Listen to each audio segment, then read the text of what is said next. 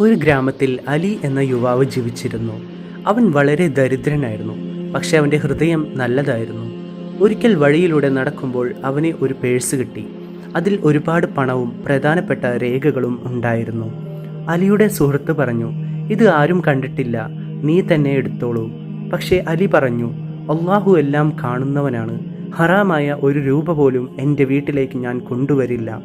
അവൻ പേഴ്സിലുള്ള വിലാസം നോക്കി ഉടമയെ കണ്ടെത്തി അത് തിരികെ നൽകി.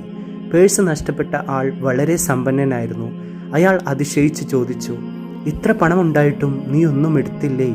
അലി പുഞ്ചിരിച്ചുകൊണ്ട് പറഞ്ഞു, "മനുഷ്യരെ ചതിച്ചു കിട്ടുന്ന പണത്തേക്കാൾ അള്ളാഹുവിൻ്റെ സന്തോഷമാണ് എനിക്ക് വിലപ്പെട്ടത്." ആ മനുഷ്യൻ സന്തോഷത്തോടെ അലിക്ക് ഒരു ജോലി നൽകി. കുറച്ച് മാസങ്ങൾക്കകം അലിയുടെ ജീവിതം മാറി. സത്യസന്ധത ഒരിക്കലും നഷ്ടമാകില്ല.